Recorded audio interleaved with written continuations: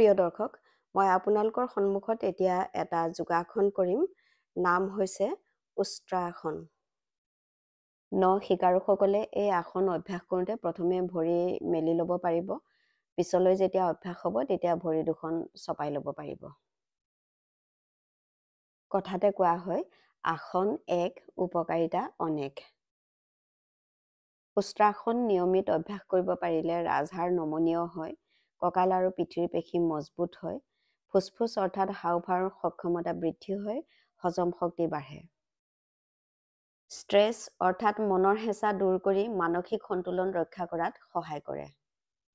এই আসনে সৰ্বাংগ সুন্দৰ শৰীৰ এটা প্ৰদান কৰি শৰীৰৰ শুদ্ধ ভংগিমা, সৌন্দৰ্য আৰু স্বাস্থ্য ৰক্ষা কৰাত সহায় কৰে।